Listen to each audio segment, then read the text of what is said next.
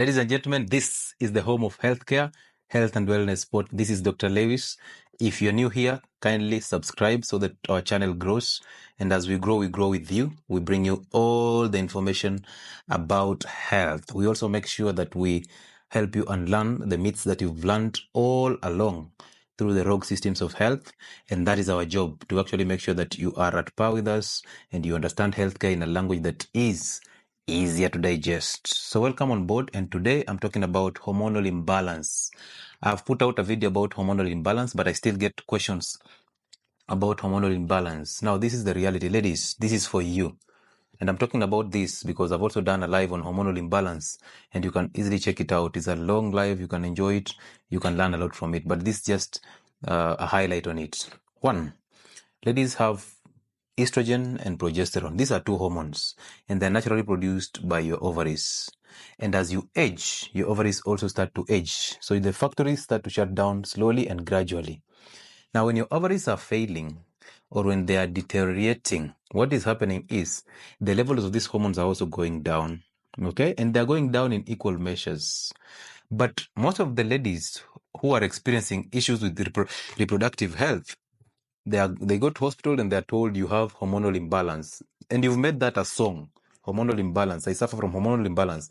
And then when I ask you what is hormonal imbalance, the answer is always the same. You either laugh or you don't know. Okay? But this is the point. This is what we mean, or this is what they mean when they tell you you have hormonal imbalance. And it's unfortunate that when you go back to hospital after being diagnosed with this hormonal imbalance, you're told that it happens in most women. You're told that it has no known cause, but they are quick to write you a 3-month cycle of hormonal contraceptives or hormonal replacement therapy, which is basically full of estrogen. So this is what is happening. When you have these two hormones going down because the ovaries are failing, God designed your system perfectly so that there is a gland that will start producing progesterone to actually help you survive your post-menopause years. And on top of the kidneys, there is a gland that is called the adrenal gland. This gland produces the hormone that is called cortisol, the stress-fighting hormone, okay? And when you're aging and you have inadequate production of progesterone, this cortisol can actually be converted to progesterone so that you start having your progesterone going back to normal. So what is happening? Your hormones are going down as you age because the ovaries are also aging. But in most women, you realize their hormones are going down, yes, but one is going down faster than the other. And the one that is going down faster than the other is progesterone. Rewind and let me tell you the truth.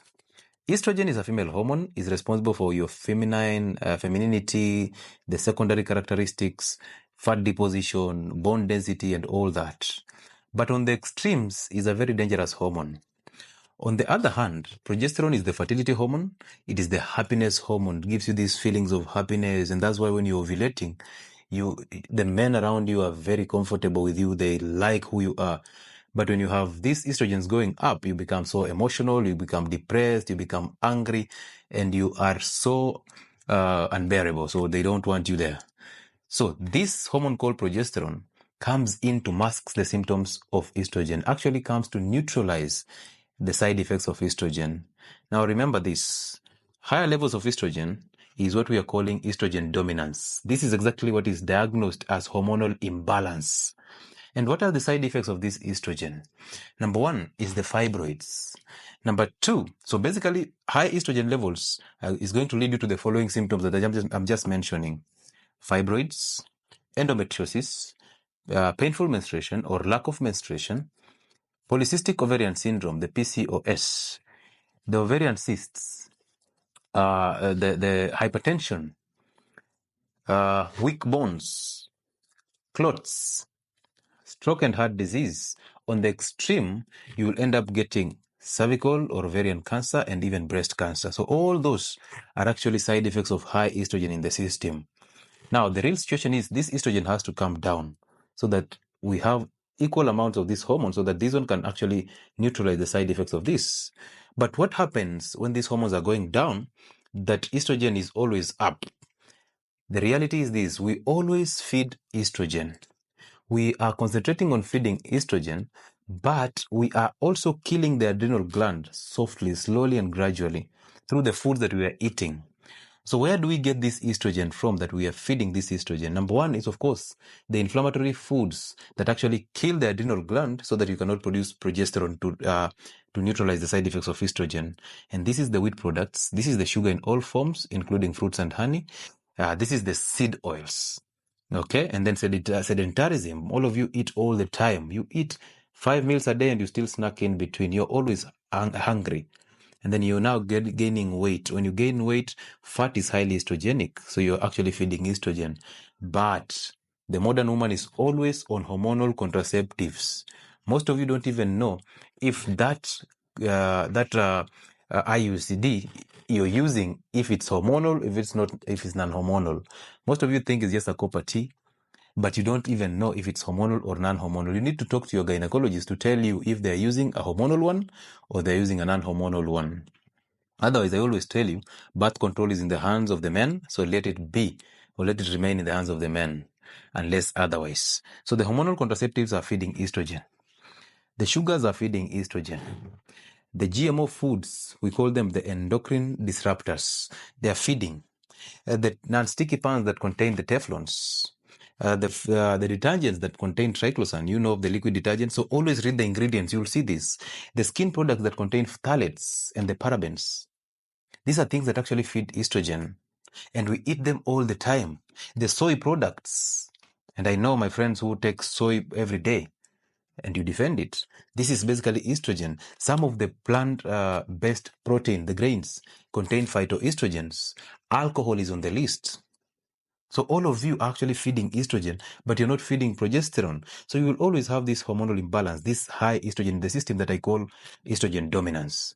And when you have that, how will you lack any reproductive health issue? If you are in your younger age, fertility problems will also be there. And now obesity is coming in. Have you ever taken time to read the leaflet for hormonal contraceptives? You will actually know what I'm talking about, because all these side effects are there, and they're there because of estrogen. So you need to actually lower your estrogen down, so for you to actually live a healthy life after menopause. And you've known about the postmenopausal syndrome, and most of you are going through it. The hot flashes, the acne, the depression, the anger and emotions. Where are they coming from? You're actually feeding them by feeding the estrogen. And now you go to hospital and the doctor gives you a 3-month cycle of the same estrogen in terms of hormonal contraceptives, telling you that this will balance your hormones. At least for those who have been given the progestins, well done, because now we start boosting the progesterone. But how long shall we do that? Shall we always be on boosting progesterones so that the reality is that we keep on eating the wrong foods and then we take the drugs to balance the hormones? Shall we always be doing that? When you go for fibroid surgery, you're just getting off the fibroids. 3 years down the line, they come back because you're fixing the symptoms. The cause is the estrogen dominance.